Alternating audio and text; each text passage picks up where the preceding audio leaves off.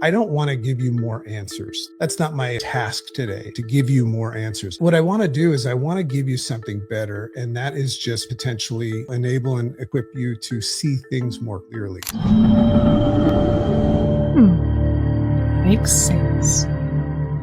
So today's episode is called The Mindset Shift or Instant Mental Clarity. And we're going to talk about the and you guys know that that's a big part of the Make Sense ecosystem. And we're also going to talk about this idea of becoming a free thinker.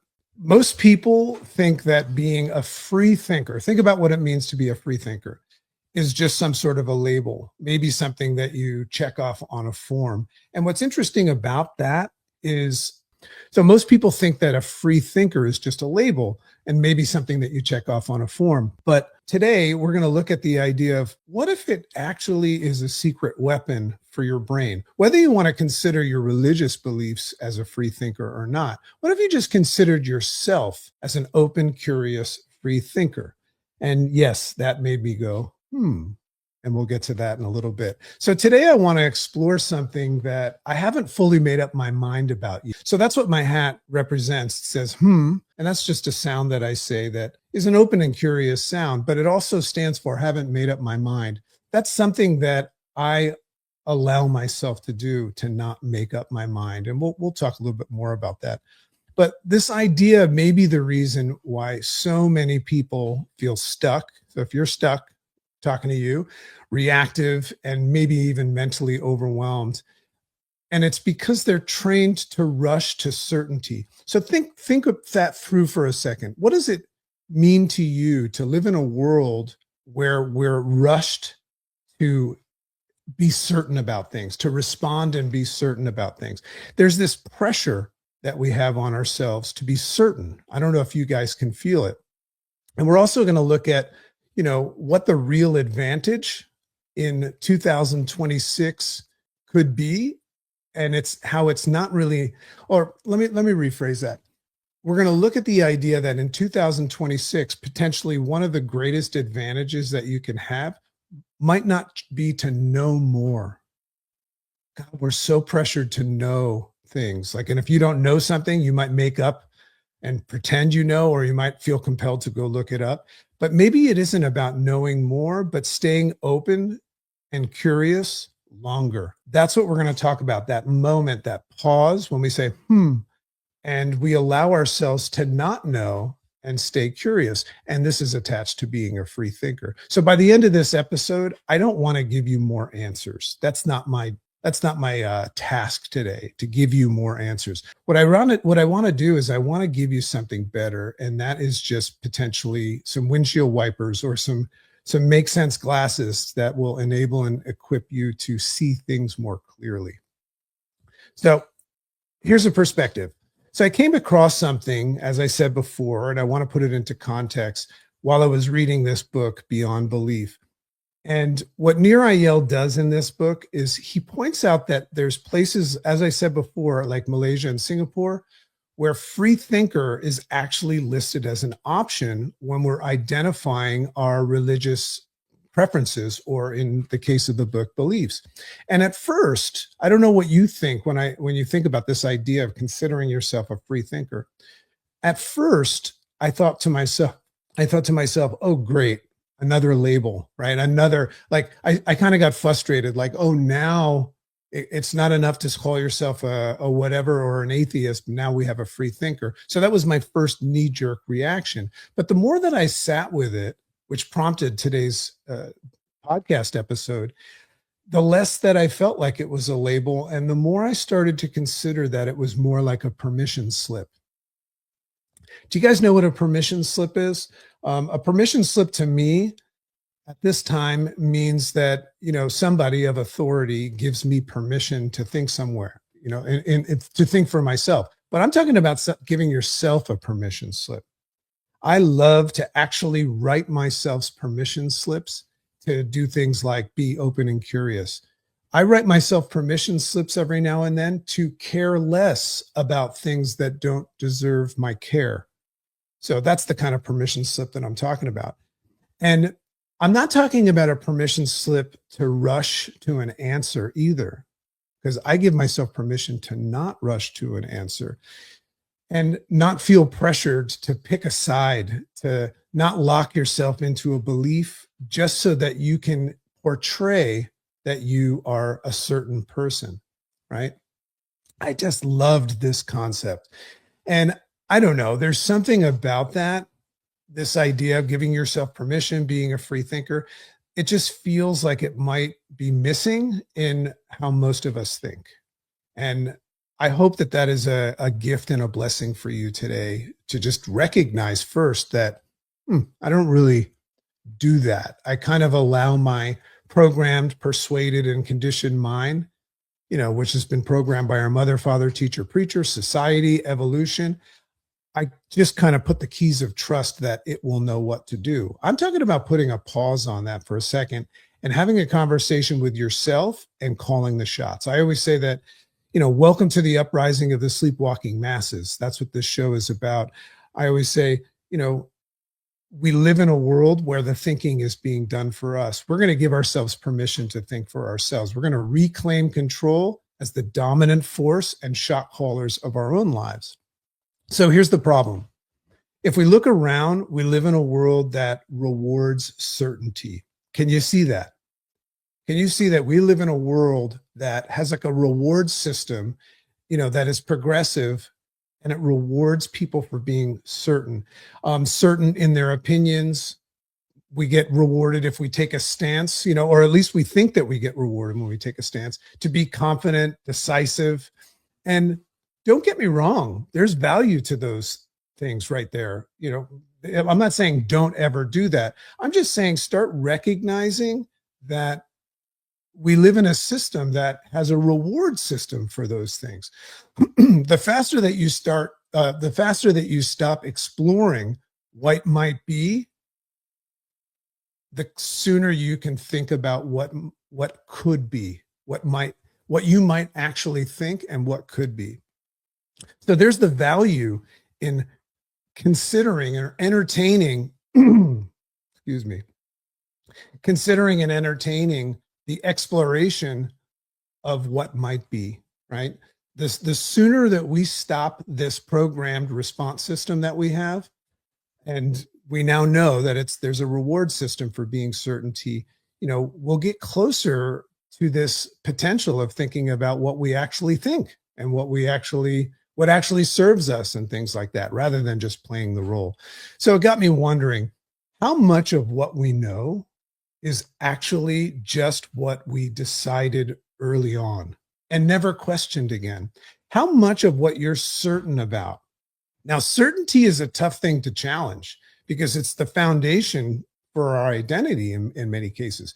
But how much of your certainty, if you really give yourself a chance to think about it, is just based on something that you decided early on was, and you never questioned it again? So the whole concept of is not only questioning what you're receiving from the outside in, it's also questioning and disputing and contemplating, not saying I'm not going to think that way. It's just saying, well, what is another way of thinking, an alternative perspective, entertaining alternative perspectives. It's such a freeing thing if you allow yourself to do it. So I want to introduce this topic and kind of ease it into the interface response system, which is our 4-step system of changing the way that you look at things so that the things that you look at can change. And that comes from the Make Sense book. So this is where I want to bring in something really, really simple. And I've mentioned it a couple times, but it's probably the most powerful thing I have to share. And that is this sound of And it's spelled HMMM for a reason. And I think a lot of people say it, and a lot of people look at my hat with the question mark and they say, oh, And I don't know what means to you, but it means haven't made up my mind. Now, this is a really, really powerful sound, but it's also a tool and a strategy to help us with what we're talking about. So it sits inside of the interface response system, and those 4 steps of the system are perceive, pause, process, and then proceed. And that is a 4-step system to help us move away from reacting to things, which is handing the keys of trust to our programmed conditioned mind, which is very often faulty, and moving towards a thoughtful response. But what we're talking about, where this sits, is in the pause. So that's the second step. And it's a practice of cognitive distancing, removing yourself from or stepping into a space between the stimulus and your programmed response. That's what cognitive distance would be. And what that does is it gives you a chance to think, to ask yourself questions about what you really think. So the pause is where everything changes. If you can just allow yourself to start saying, more often. And by the way, that's not running away from an answer. Because remember, there's forces at work right now that are prompting us and pressuring us to answer. You're not running away from an answer. You're not dodging the answer. You're just going to process it and come up with an answer that suits you and potentially them better. And I want you to know that there's also a situation where no answer is appropriate. We're very often getting approached by people unsolicitedly, right? Things are happening that we don't control, and we still feel prompted to have a reaction to it. I just want you to know that you don't have to have a reaction to everything. So sometimes when I say, and I pause, I recognize I don't really even care. I don't have anything to add to it, and it has nothing to do with me. This is the actions behind this idea of being a free thinker. So the pause is where everything changes, because when you say, I haven't made up my mind, what you're doing is you're interrupting the automatic reaction that feels compelled to display that demand for certainty. Sit with that for a sec. What you do is you create space between the stimulus. Now, the stimulus is not always something that you're perceiving on the outside. The stimulus could be your thoughts. I've been really fascinated how we feel compelled to participate with all of our thoughts. We have 40 to 70,000 thoughts that run through our head, and somehow we select like four or five of them, and we create our identity behind it, and we participate with that. And sometimes that'll ruin our day, or sometimes that'll be the reason we don't follow through and everything like that. So when I say, sometimes I'll do that with my own thoughts. I love to ask myself, oh, is that right, JC? Is that right, Dragon? And then say, but what else might be true? And that moves me into this space where I can determine what else might be true. And I just want to make sure everybody knows that sometimes I don't participate. I just observe. I don't run away. And just like my heart beats, I don't challenge every beat of my heart, because that's what my heart does. Well, your brain, like the heart, thinks. And we don't have to entertain every thought, and we don't have to entertain every unsolicited action or event that happens in our life. So is a valuable tool. So you create space between the stimulus and your response. And in that space, as I said, you're no longer operating from internal triggers and distraction. It's a healthy space for you to be in. It's a better version of yourself. And it's a space where you're not trying to defend what you already believe. Now, remember what we said before? When I look at a belief or something that I know to be true, something that I know that I have certainty behind, I entertain whether or not that's something that I had decided on a long time ago and never decided or allowed myself to question it. So let me read that again. A space where you're not trying any longer to defend what you already believe. You're just observing it. So we're entertaining the idea right now that there are things, thoughts and feelings, because remember, Descartes says, I think, therefore I am. So before you decide that you are, right, we're just going to entertain, well, maybe that's something that has expired. Maybe that thought, maybe that belief. And the key word there is maybe. Maybe it has expired. Now, if this is an exhausting thing for you to entertain, like to actually rethink your thoughts, there's a great book by Adam Grant called Think Again. And he basically says it's okay to think again. It's okay to rethink things. And it could be the catalyst to an extraordinary, breakthrough and acceleration in your life. So we're talking about a massive shift. This is some good shift. And the shift is to move from reaction to free thinking. So that's the key word today. And maybe that's what a free thinker really is. It's almost like a permission slip, like we said before. It's not someone who rejects belief. This is the reason why we won't allow ourselves to be a free thinker, to pause our certainty and allow ourselves to rethink it.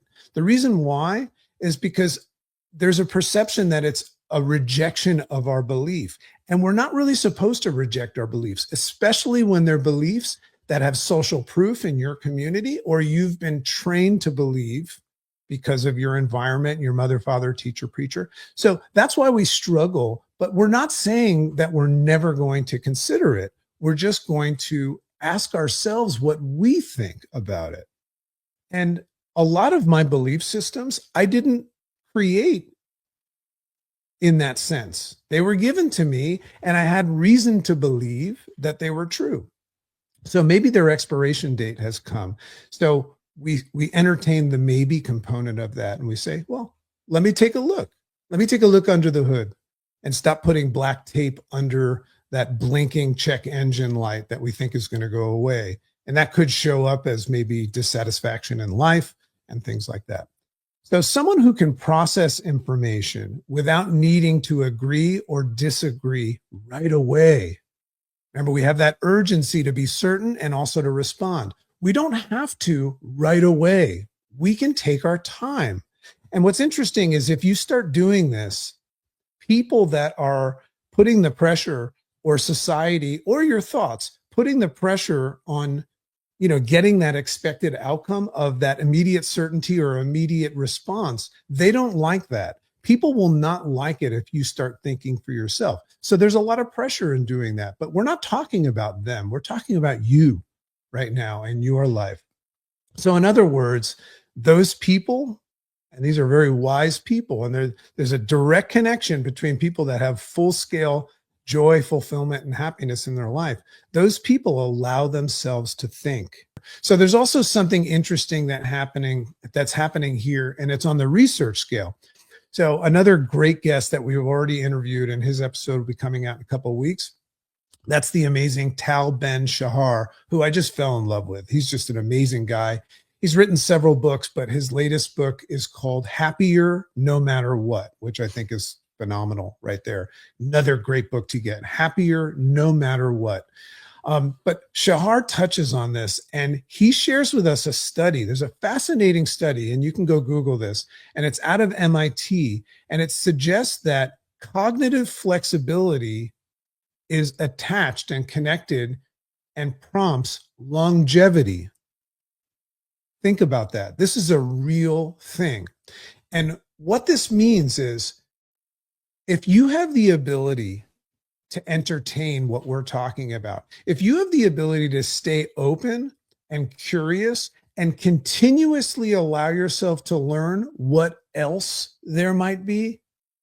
You see, when I say I don't know, or maybe, or at this time, I'm pretty sure I have certainty around this, but I said at this time, which means it's open to change. You see, when I wake up in the morning, I've learned that I have this SD card for a brain, and very often I have it on the write protect mode, meaning it's not open to anything else. So what Tal Ben-Shahar is pointing out with this study for MIT is that when you allow yourself to be open and curious and continuously learning, like a scientist who doesn't need to be right, they're more interested in what else might be better or more true, it's actually connected to living longer. So if you needed another excuse to do this, well, there it is. If you like the idea of living a longer, healthier, happier lifestyle, no matter what, just remain open and curious. I don't know. I'm not sure. One of the things that I teach the coaches that I teach, and I teach this in the Make Sense Academy, and a big shout out to all of you that are members of our private community, the Make Sense Academy. We just always teach people that, they don't need to know things, right? People don't need to know. I always remind people that the 4 magic words are to start sentences by saying, all I know is, and this is a great business tip. I teach a course called Communication Breakdown, and this is a great business tip to not talk about things that you don't know. Because as soon as you do, you're moving from the servant to the salesperson.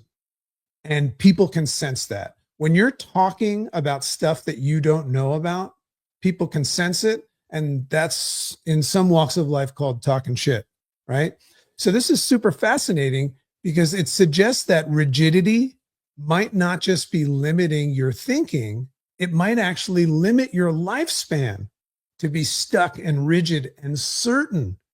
So what this study is showing is that certainty, close-minded, rigid certainty, this is attached to not living longer, to dying younger. I just think that's fascinating. Look it up for yourself. I'm not, at this time, I find it fascinating. I'm not behind it. You know, I haven't made up my mind about it, but it's sure fascinating to me. So let's put this into application. We're going to talk about emotional regulation and clarity. In our Make Sense ecosystem, we always say that we try to establish clarity before action. I believe that everybody listening here today is fully capable of anything but just scattered. And if you skip the first step of getting clear on things, getting to know thyself, and establishing a clear state of mind where you're thinking for yourself, which is why is so powerful, you're going to be scattered. You might find yourself oscillating. You might find yourself in this world doing a lot of things, doing a lot of the hard work, but not getting anywhere. Okay? Remember, it's who you are that determines how well what you do works. That's one of our 2 core tenets of the Make Sense ecosystem. So we're going to talk about this application, and emotional regulation and clarity is such an important thing to be able to do. You know, a lot of people say that the upstream cause of disease is not what most people think. One of my greatest mentors, Wayne Scott Anderson, he said that the upstream cause of most disease is emotional mismanagement. Think about that. Put that in your pipe and smoke it for a little bit. Emotional mismanagement. And this is where things get practical, because when something triggers you, and that could be a comment, a situation, or a piece of news. God, we have so much news. Be careful if you're paying attention to news, because there's a lot of say in who's delivering the news. And we know that. You're smarter than that. But it could be a comment, a situation, or a piece of news. Your brain wants to react instantly. Remember, we're trained to react. We're trained to think that we need to react. And this is one of the reasons we latch onto our thoughts and our feelings so quickly, and we participate. Remember, we're talking about slowing the process down and emotionally regulating yourself first. Sometimes if I'm in a bad state and my wife has an intense conversation, or maybe a problem with something that I did, fellas, you know that, I will feel comfortable to say, I'm not in the right state to talk about this. Could we take a little bit of a break, a pause, maybe 30 minutes or an hour, and come back to it? And we'll have a much more productive and understanding and empathetic conversation. You understand. So this is the program that we're talking about, that automatic program. But if you insert the next time you have a thought, especially a negative one, or even a positive one, just try saying it. Say, contemplate it. Take a look at it before you just jump on it. And even for a few seconds, it's helpful. You activate something very, very different in your brain. You move from reaction, and reaction is important if a rock is thrown at your head or a car's coming at you. Understood. But most of the time, we're reacting too fast to things that don't even deserve our attention. But you move from reaction into awareness. I heard Joe Dispenza one time. You know, he gives these amazing talks and he has these week-long retreats. And a lot of people ask after they've downloaded all that information, Joe, what can I do now? What can I do now? And I'll tell you, after these conversations, if you've aligned with something, fantastic. But what do you do now? What can you do now? It's just simply to allow yourself to be more aware. And the first step to being aware is to get curious, to wonder. I saw something yesterday that said the first step to wisdom is wonder. I think that's so cool. So you move from reaction into awareness, from certainty into curiosity, and from emotion into emotional regulation. And there's so many techniques for emotional regulation. If you have a technique for emotional regulation, please share it. I'd love to know what you do to re-regulate, to regulate your emotions when they're running high. What are some things that you do? I meditate, I do some breathing, I might take a pause and things like that. One of the things that I find helps me is speaking. One of the reasons I started my podcast, ironically, was not to create a podcast. It was just to do some talk therapy. So what is it that you do to regulate your emotions? And I'm not saying that this makes you passive, by the way. A lot of times your brain will kick up and say, this seems very, very passive. I think this is about becoming more precise. So we're moving from passive, that thought process, to precise. So here's a reflection. I've been sitting with this idea for a long time, which is why I decided to make it a topic. Maybe the goal isn't to become more certain. And I know that sounds crazy, but maybe the goal is not to become a more certain person. Maybe it's to become more aware, like I was saying with Joe Dispenza. And aware of what? How quickly we become certain. Maybe that's the big takeaway today, is to just become aware of how quickly we become certain. Now, look at anything that you're certain on right now and ask yourself how you came to that. So love and appreciate you. And this episode will drop this week on Friday. So you guys have a wonderful day. And it's been an honor and a privilege to be here. Bye-bye now.